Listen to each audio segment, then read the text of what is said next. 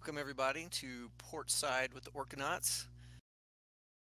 Today we have guest is Kianga from ACRE DAO, and they've been working in the refi space, and I'm super interested in hearing how they are planning on implementing the Impact DAO playbook and other elements of refi and what they're about and how we can help as Orcanauts and that sort of thing. So, Kianga, thank you for coming, and you have the mic.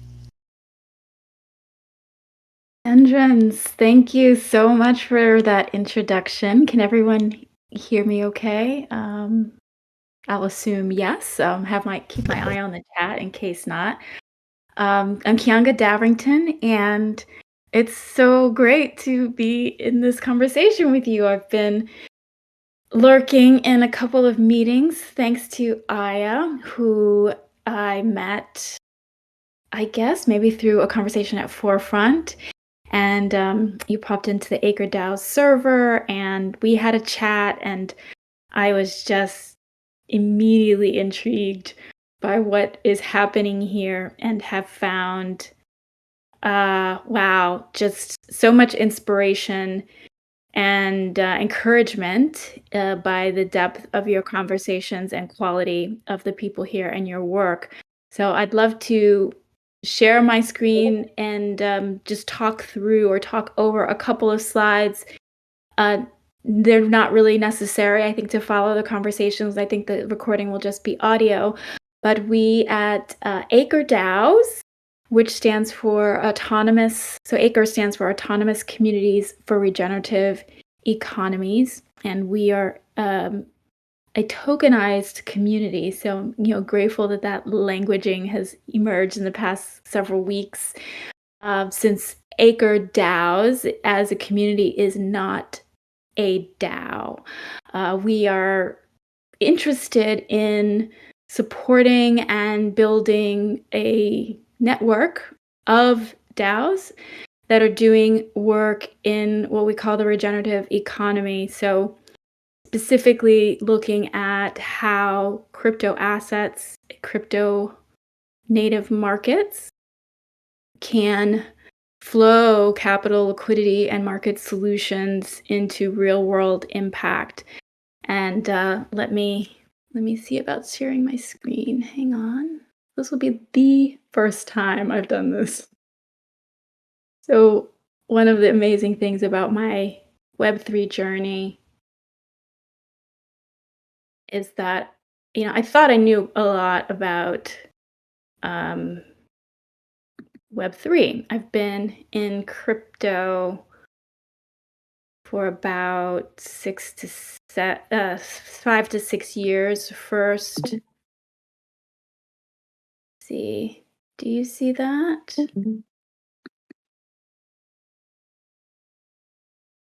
See, hang on, bear with me, por favor. No worries. Keep it pretty casual because technology takes time sometimes. Yeah. So, these are just a couple of slides we went over last week in our community call, right? So just a little bit about moi. I'm a derivatives lawyer and energy commodities trading by background, and began really looking into crypto around 2016. And I started my own law practice as an area where I could potentially develop a niche practice.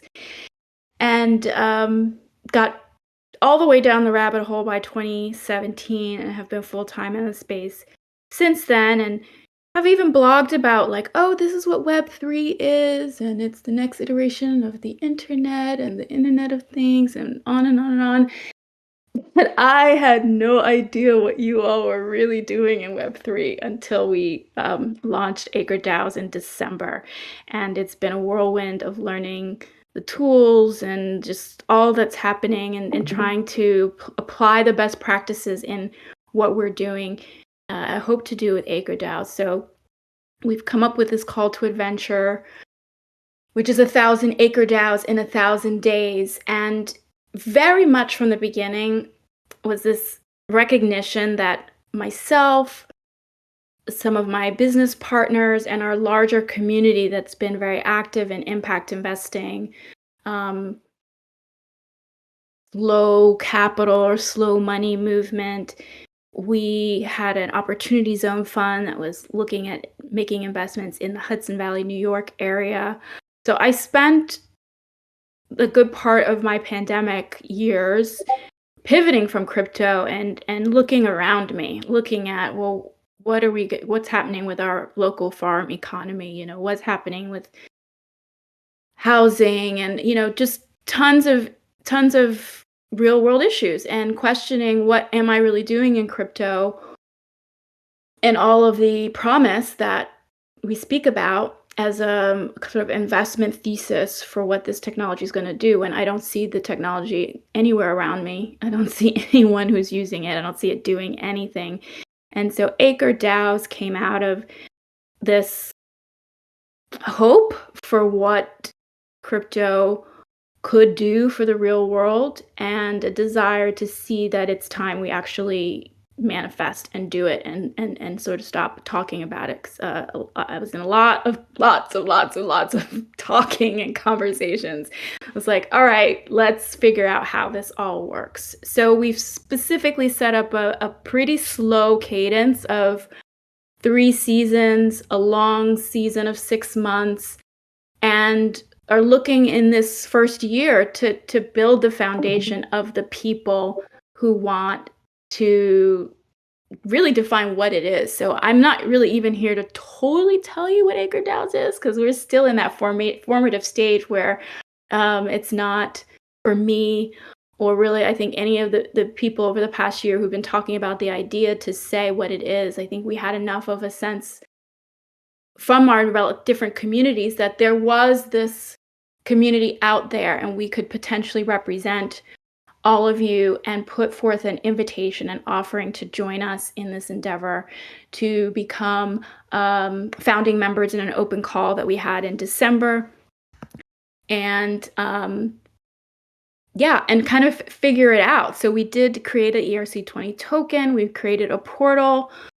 We've had some activity over the past month. We won second place at the recent token community hackathon that Forefront hosted, and we were also very pleased to win a bounty from Forefront and Radar around what we're thinking about for governance and ways to use existing DAO tooling for knowledge sharing. We did an experiment with combining our Coinvise profile and some of the tools that they have there around designing quests, and bridging our tokens over to Polygon, which we thought would be attractive to people in refi who are not super excited about Ethereum.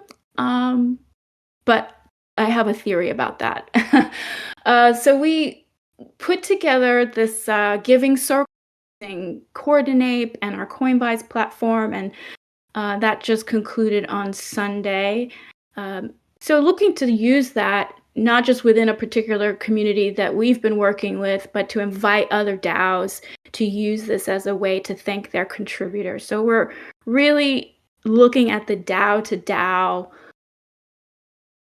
methodology, or a sort of method, or emerging consciousness of how communities can work with communities. And so our going forward, as we think about what is 1,000 ACRE DAOs and what ACRE DAOs as a community can bring about, we're looking at membership that is at the DAO level, and what are the sorts of things that DAOs want to build together that support each DAO's individual mission and mandate.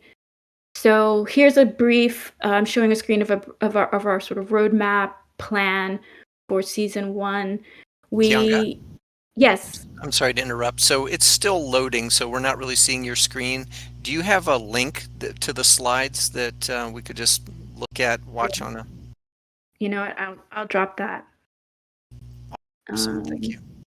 Thank you for stopping me.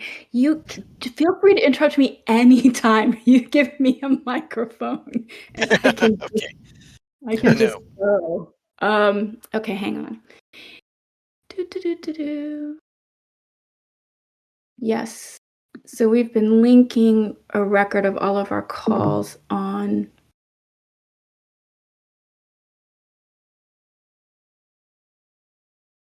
our Mirror blog. The slides were really they're not actually that germane to what I'm saying other than giving you something to look at. So you're not actually missing a ton of information. Okay. But let me find something useful to link to. So yes, the mission is around, as I'd said, crypto economics, the model of Web3 and DAOs, internet native. I'm learning a lot from you all, how to talk about these things and how to express them. An internet native programmable community, this using incentives of both the sort of equity proposition of tokens, all of the ways that folks are experimenting, how does this translate to regenerative agriculture solutions in health, market solutions, right? So innovation in financial products, innovation in capital markets that shift the levers of power, that express value differently from the systems we have today, which seem to have left us, with a small group of people that amass the capital through a kind of extractive model that really, at the end of the day, is going to destroy all the wealth if we don't figure out, I would say, how to do things differently. And so one of the first things that we realized in terms of convening a community, so as I mentioned, the very first, here are some slides from our December call that could be interesting to flip through. So once we, just began to have an initial invitation, who's in this space, who's interested in this intersection of impact and crypto, immediately, you begin to narrow who can really begin this work, right? Because learning Discord is like the first barrier.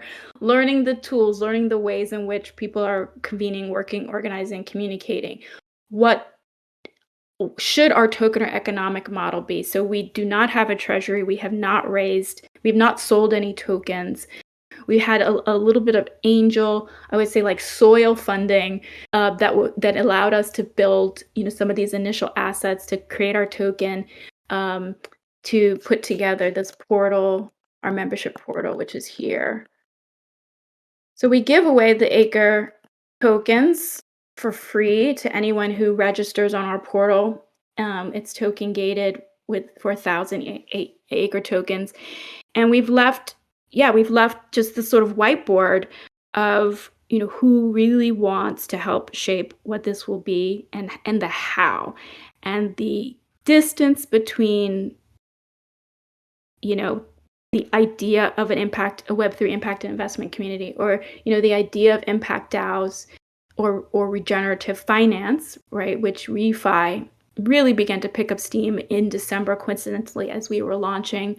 So, DeFi that looks to make an impact in the world, and then actually having a product that investors can buy or trade. We're so far from that. And first we need to figure out DAOing. So this is all the work that you all are doing, that I'm just soaking up at every opportunity, because there's so much that needs to take place that not everyone appreciates, who are maybe working in regenerative practices, and even from a DeFi perspective, we're at this interesting intersection, I think, because even from a DeFi perspective, what does it mean to bridge the real world?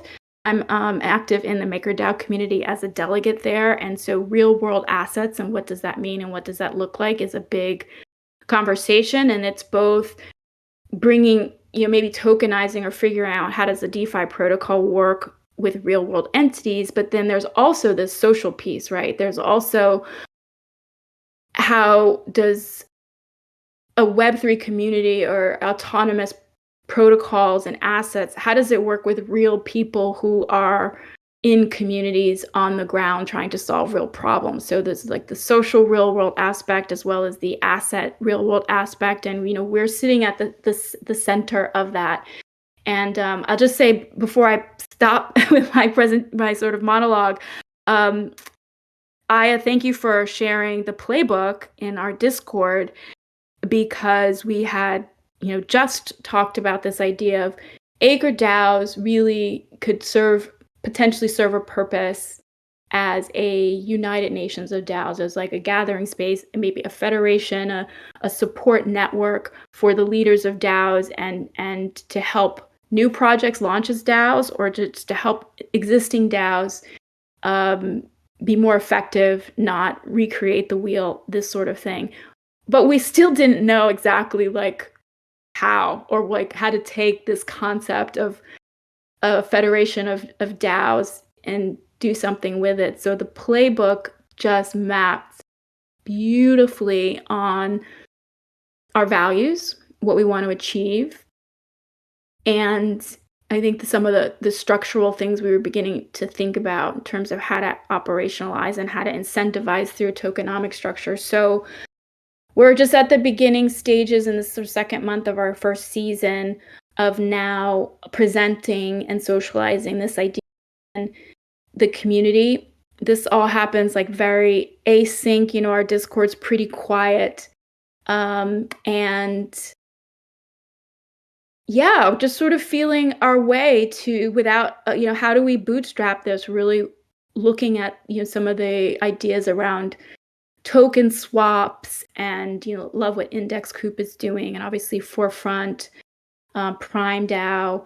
Could we, and I'll stop here, which is like kind of how I read the way we would kick off with a parent DAO and a small treasury of the parent DAO. I'm loving the idea of using a syndicate DAO investment club, which we've actually been playing around with that smart contract since the beta in January, and they've recently expanded to so you could actually use any ERC20 token to deposit into an investment club.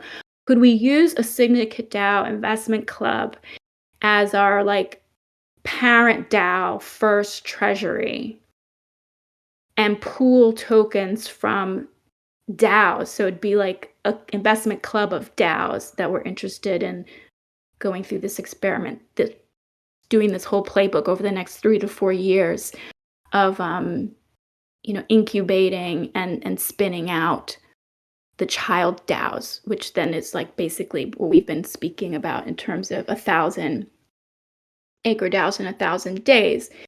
And one of our first ideas might be this permissionless income protocol concept of using our ACRE token that we have now as a community currency that DAOs could use. So DAOs that are part of the network would have access to this currency to pay their contributors, and we'd work on a mechanism where those ACRE tokens could be exchanged for stable coins, outside of having like the normal ICO to raise money or set up a liquidity pool or something like that. So I'll stop there, and thank you for giving me so much time to share what we've been working on, and I'm excited to hear your thoughts and just chat with you all in this time together. Thank you.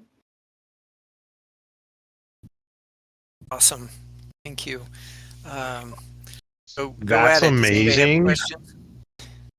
I didn't know you guys were doing so much, and I love the idea you shared at the end.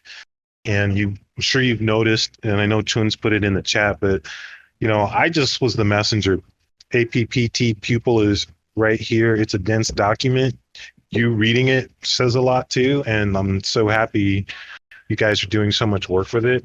I saw it as something that maybe you could help people create DAOs based on, and yeah, that's why I shared it. Great to see it getting some real world use. Yeah, I mean, well, thank you.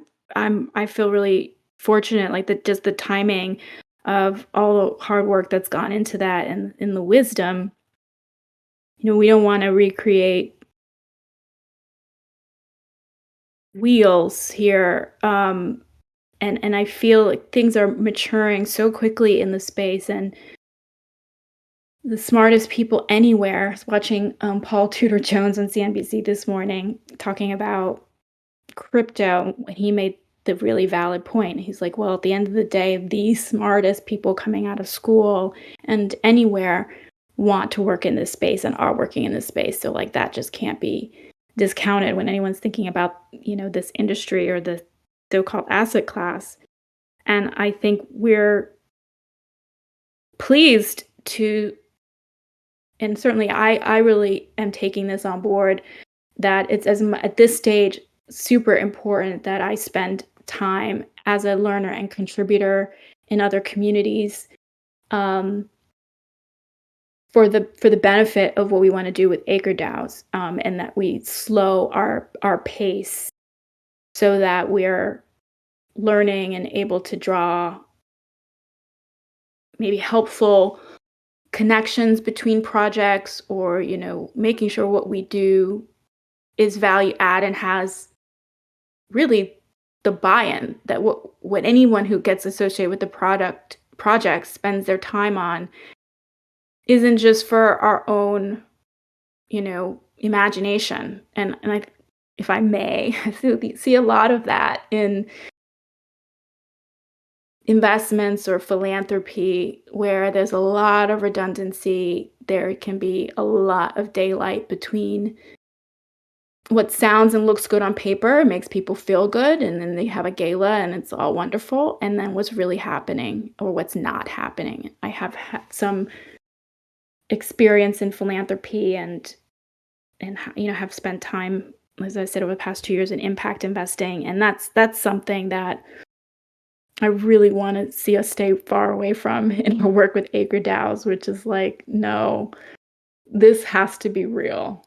We're not into greenwashing, where we don't just want to like celebrate stuff that sounds good or feels good or looks good, but we want to figure out the market solution, the assets. So it's hopefully going to be a great journey in bringing a lot of different disciplines together and figuring out how finally these kind of good works can really be sustainable. So like the current maybe government subsidy or philanthropy model, or like slow money. I mean, I've just seen and heard and learned in a short amount of time how broken impact investing is from the perspective of people who've been doing it for a super long time.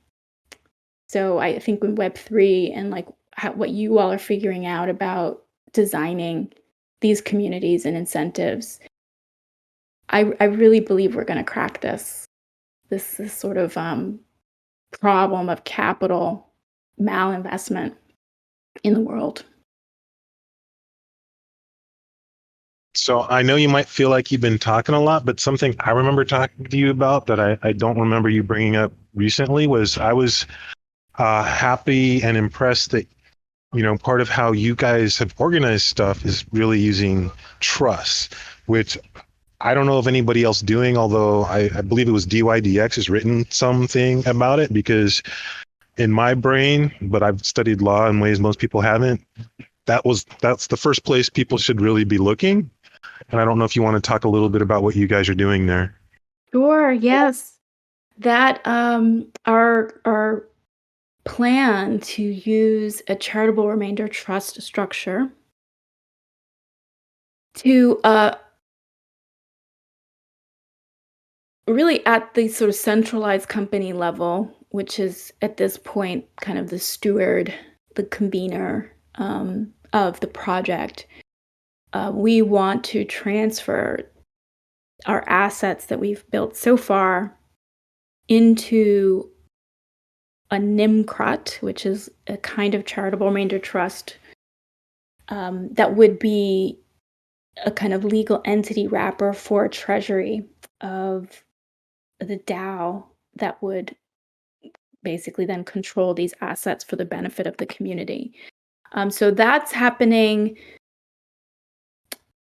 where I see that flowing within the playbook is using that trust structure as the first, and I forget the terminology that you use, but basically after the parent DAO is set up and you have your first episode, and there's a child DAO, so that trust structure would be used with the child DAO, and then that is part of our firm's decentralizing all of the community assets, such as they are now, into the control of what in trust terminology would be called trust protectors.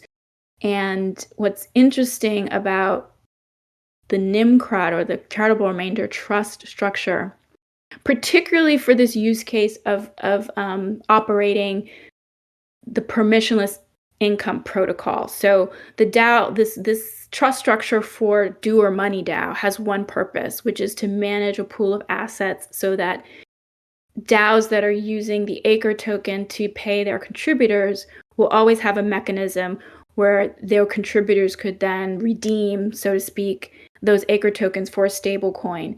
So the first child DAO will be totally dedicated to building out infrastructure UI to do that, and also algorithmically manage a pool of assets for that purpose. And so what we're seeing with the analysis is like entity structure that can be compliant in terms of paying taxes, except it's charitable, so there will be no taxes owed. Because it's also charitable, we're free from the beneficial owner reporting requirements that exist in the United States. So the privacy of people involved is maintained.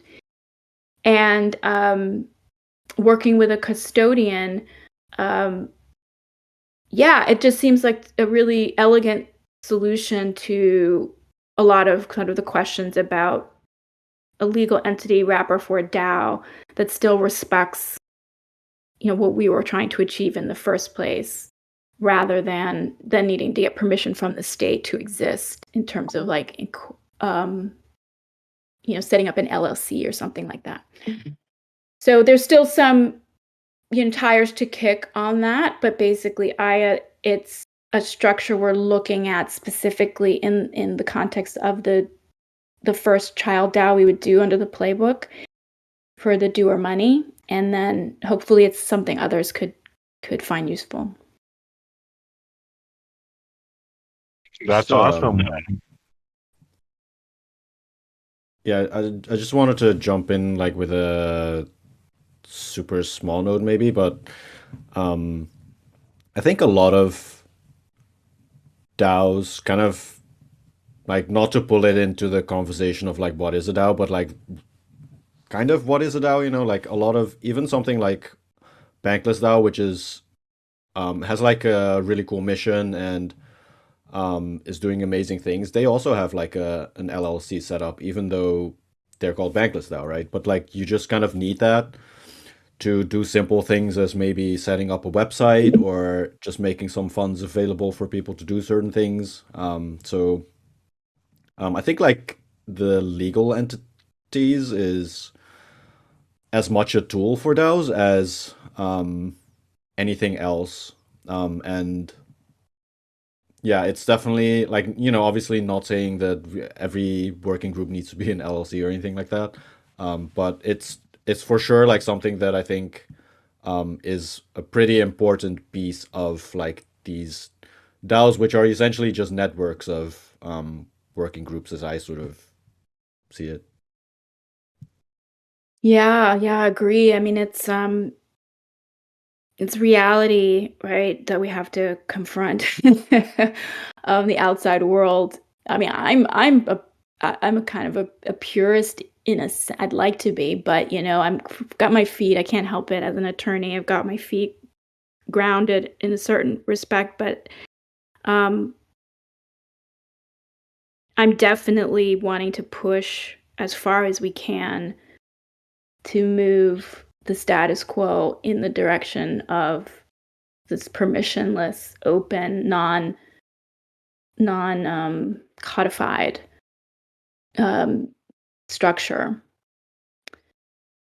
But yeah, I mean, there's risks for people as individuals and institutions at this stage. So as we launch ACRE DAOs, I mean, part of the reason for the structure was all designed around securities laws and compliance. It's like, okay, we're not going to have a treasury or a governance token. You know, the ACRE token is clearly a commodity, or it's just like from a regulatory perspective, there's no value. And, we've promoted the community in very intentional ways around that. But eventually, to do stuff, we do need to pool assets, and we do need to figure that out. And so, we're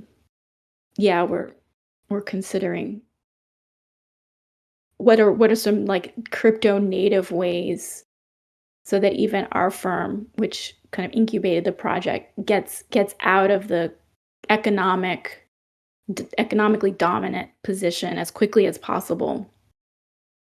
And then if there are other legal structures or centralized aspects that they form organically from a community that's truly decentralized and voluntary in being there. And as a founder, so I guess one of the things I'd say in terms of like challenges is like in this sort of like frontier moment, I feel like most of the space are like the founder CEO types, especially as the market is contracting. You're kind of trying to build a community out of a lot of people who want to build their own community. So how do you build a core team when everyone's pretty occupied? And I'd like this community, if it really is going to have staying power, to have a core team that's not just sort of hired guns, right? Like, okay, we can pay you, so you'll come in for who knows how long and do some stuff.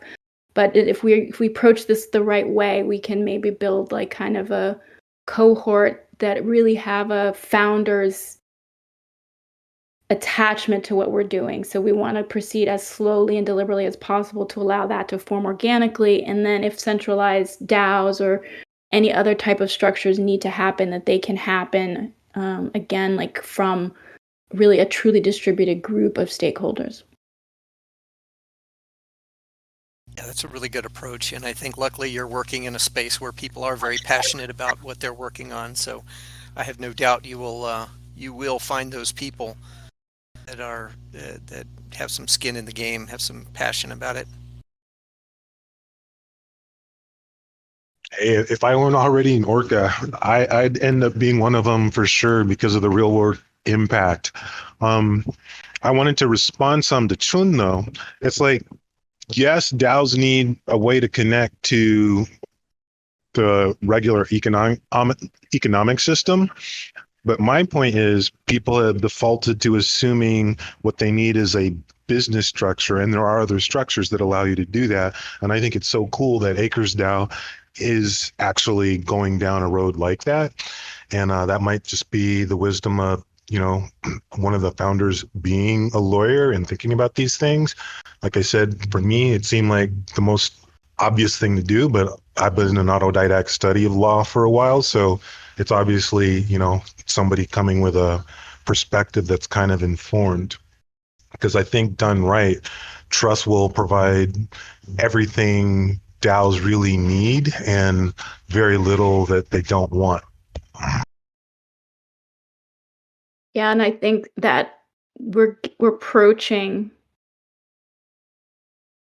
the time. I mean, many DAOs are operating like unbanked, right? Where once our capital markets within crypto economy and our personal economies maybe allow us to not exit crypto, that's going to relieve some of the pressure, at least in terms of, I think why lots of DAOs want to incorporate. Well, there's lots of reasons, liability, but one of the dynamics is, right, the sort of having the bank account. But as it becomes more and more, as crypto and DeFi bring us more and more market solutions that are crypto native,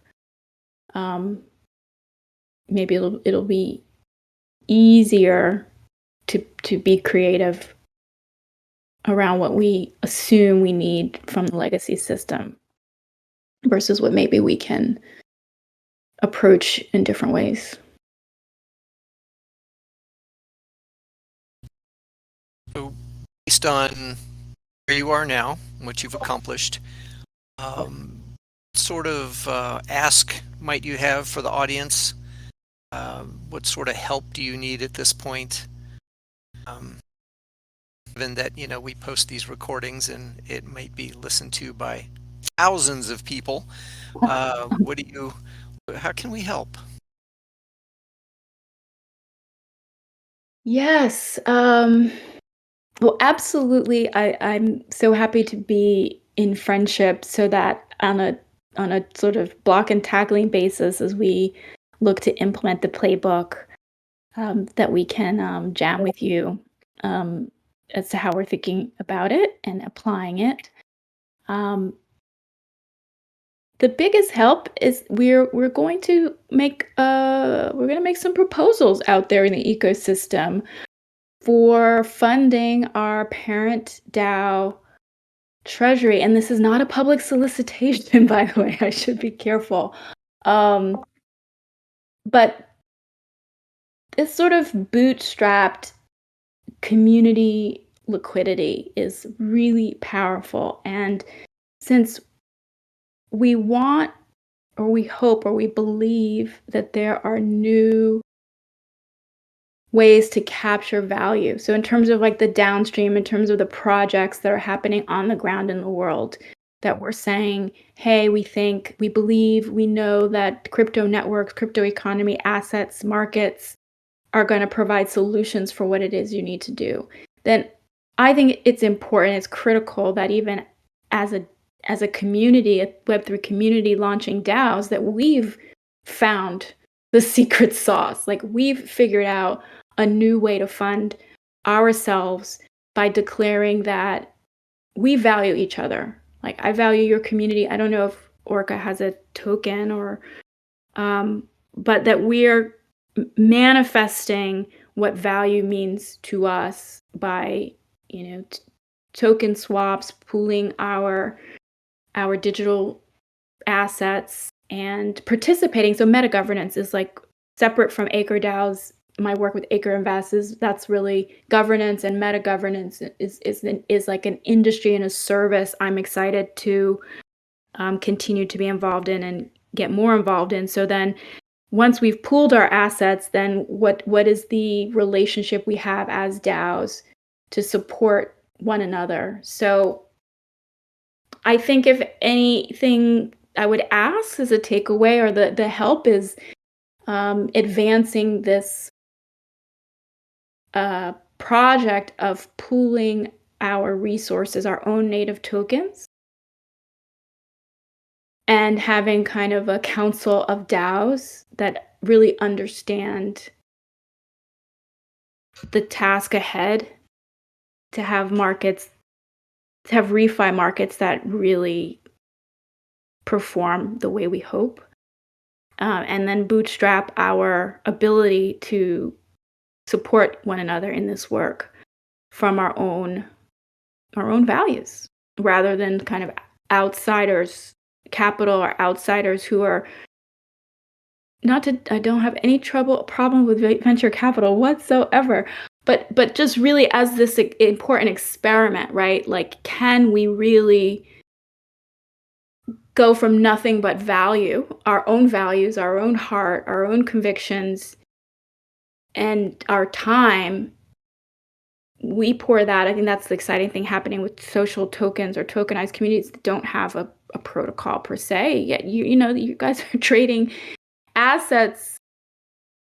Like that's a miracle, right? Like what's happening there is the biggest thing to happen in like 5 years. I think it's the most exciting thing to happen in crypto.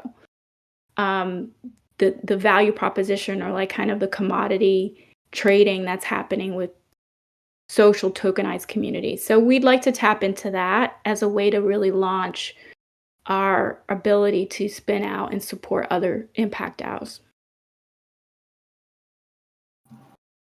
So as I looked over what Acres is about, what I got extremely excited about, and this is me and my imagination, but hopefully it fits with what you're trying to create, Kianga, was seeing like, even if people don't have the background to be like, oh, we're going to do something on a trust, but working with like the syndicate contract stuff and a bunch of people coming together doing this investing, but with the return being for the benefit of Impact DAO, because I'm actually from Jamaica, right?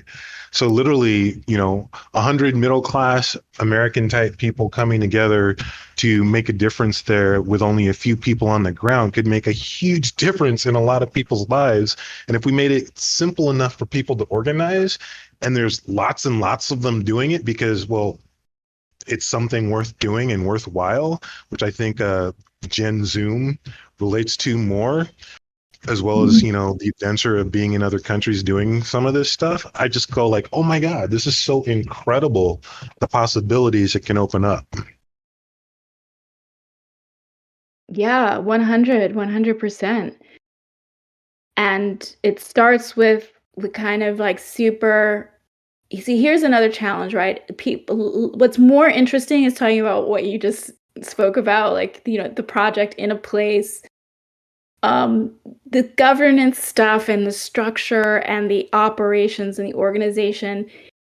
I love this. I love this stuff. Like, and I love new innovations of like new financial products. That's been my whole career in legal, like from credit derivatives to all kinds of wacky structure. So like I do, and of course, I guess going to law school and stuff, like I do love how sausage is made. So yeah, but there's a lot of sausage making that has to take place before I think, like you're saying, like it's sort of accessible or people can implement like so much that's been built in the past, particularly in the past couple of years, as the idea of DAOs has moved much far beyond, just sort of a protocol where it started. Yeah, completely. And, we're all doing that work. I mean, Orca as well. So hopefully, like a lot of the crypto space, we have our heads down and it'll all happen faster than we imagine and it'll just work. Totally. Well, I also look forward to learning more about what you're launching with the pods, and if it's a tool. I haven't seen a lot of what that actually is. Maybe nobody has. But yeah, as I said, we're looking to not create what we're doing in a vacuum, but stand on the shoulders of the great work that I know people on this call, in this room right now, and I guess who will be listening, are doing.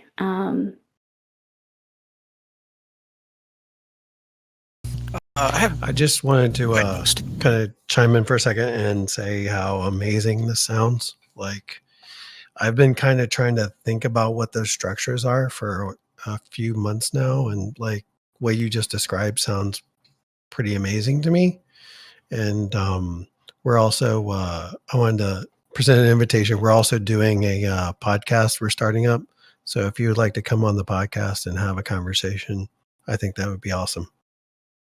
Too. I love I love conversation. Love to be in such good company. Anything that you all are doing, I would always love to be a part of it. Awesome. I'll DM you with a friend request and we can kind of set up a time, get it Cool. going. Cool thing. Also, I wanted to acknowledge, like you said something in a little bit back, and you said we are manifesting what value means to us. That's so true. Like, I feel that so much. Yeah, it's amazing. It's remarkable. There's a lot of stuff flying around right now, and everyone's going through their own things in the world, and it's important that we try and create space to really think about, wow, what we're doing is extraordinary. But it is also up to us to steward the outcome. 100%. But it's the kernels of what's done, what's there is like, wow, just really it's what keeps me very optimistic. I'm extremely convinced that this is going to turn out the big, like I quote this, like all of this Right. is going to really turn out well. Kianga, I'm curious about. Oh, Chen, are you trying to get in something? Go ahead. My question was maybe moving away from the current topic. So if you wanna, you can go ahead if you want.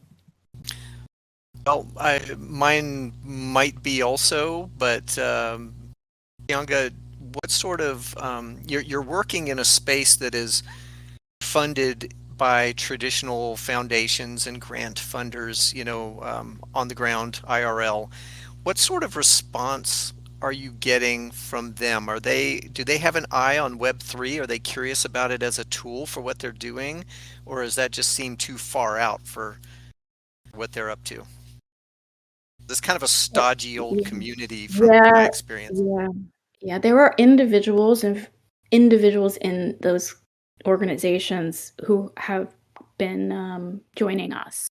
So I think that on an individual level, it's resonating. But big picture, and I've had to really kind of pull back from some of the engagement initially that I was trying to forge because it's just too foreign.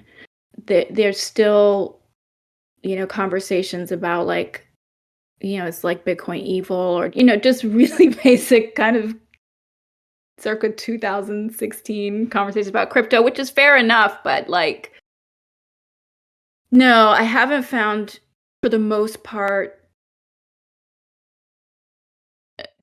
too much active interest to lean in. A lot of some vague curiosity about crypto to the extent that like, oh, there's maybe some of their donors want to donate with crypto assets. But what we're doing here is so it's so beyond. They have no idea.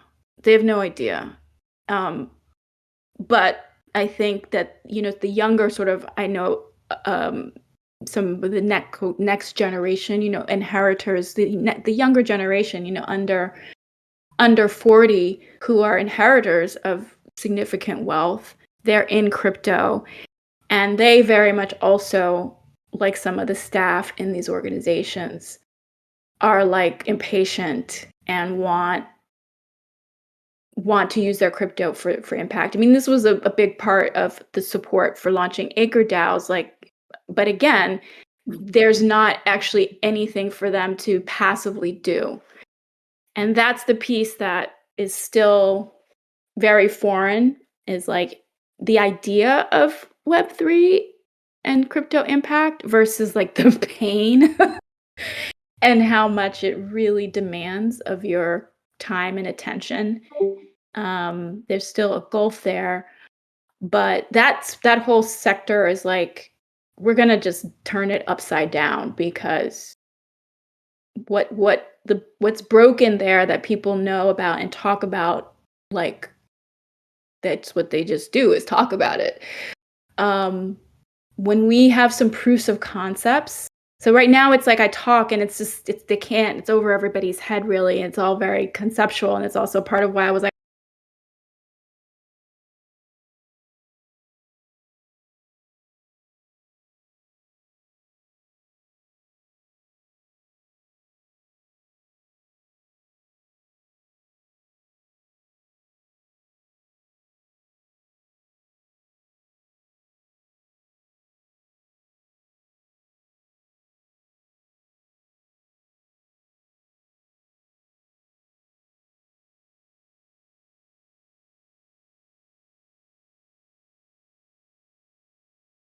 or Okay. IRL physical products. And one of my clients is Seeding Regenerative Agriculture, and they're funded, by traditional funding sources that want to support organic farmers. And yeah, so I see how this could apply to them, and even like how they're organizing the farmer level. This would be so helpful. So I'll probably drop a proposal sometime in the next year over there with you. Oh yeah, and definitely we hope that, ACRE DAOs is a community for people to find out like who's pioneering.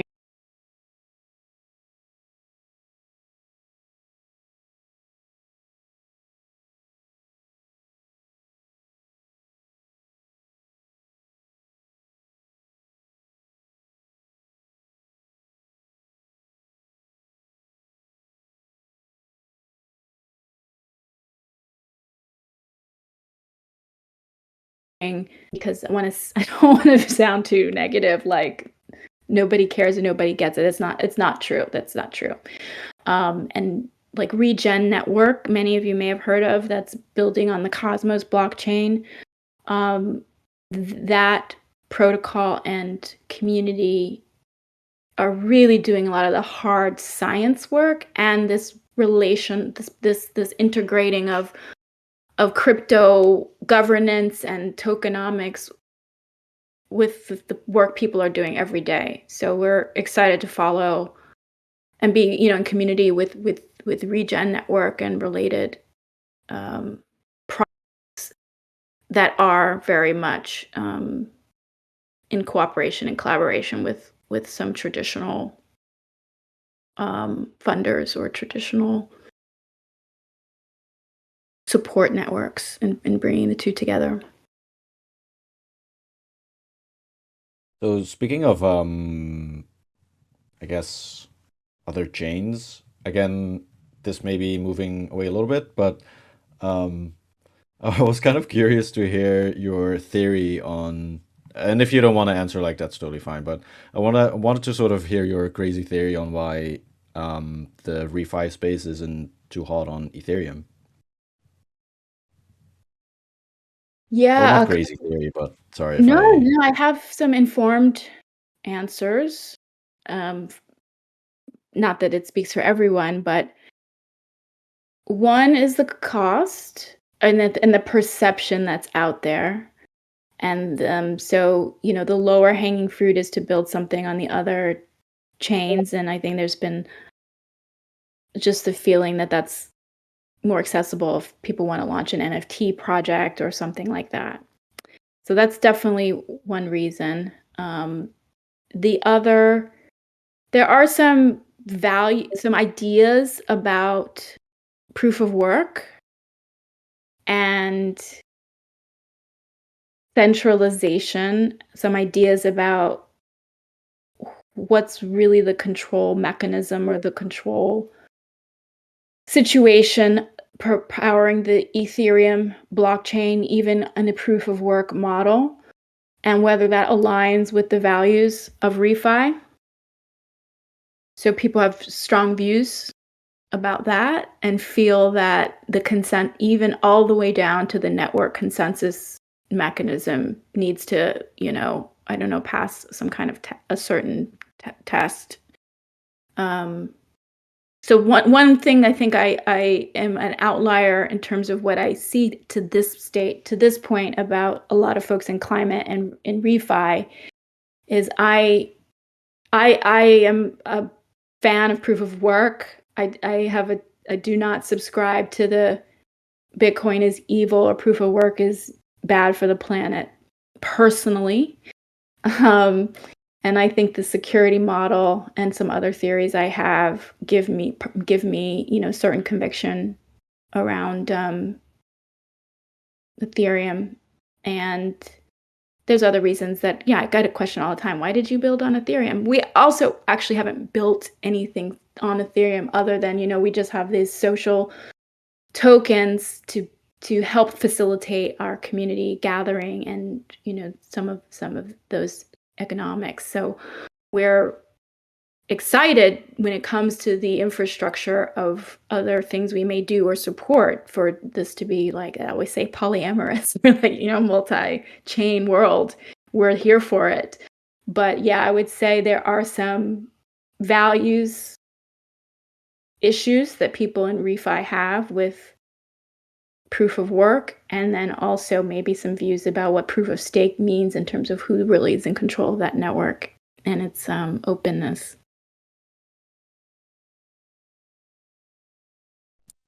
Thanks for answering.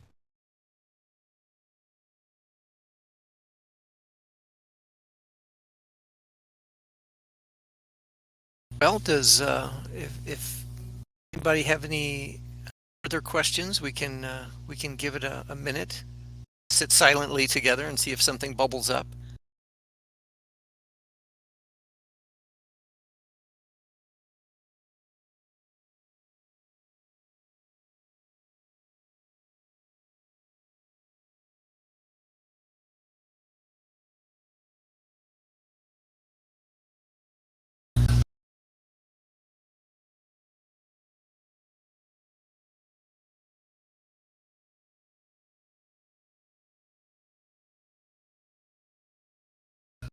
Well, I really appreciate your time, Kianga, and I hope that everything goes smooth over there, and that you come back and call on us for anything that we can do. I know I'll be popping in over there and see what you're up to. And Thank you. I appreciate your time. It's a great project, and anytime things look bleak, we all have to remember that we're early in this, and education is a huge part of the game, and we're pushing boulders uphill, but we're going to make it. Absolutely. Well, thank you for the invitation and for the work that you're all doing. And I'll Yeah, it was a great call. keep lurking and and be hitting you up as the weeks progress. Absolutely. Anything, big things, little things, send us a message, post in the Discord. Will do. Awesome. And thank you everybody Thanks for being tuning willing in. to share all that. Thank you for sharing, for sure.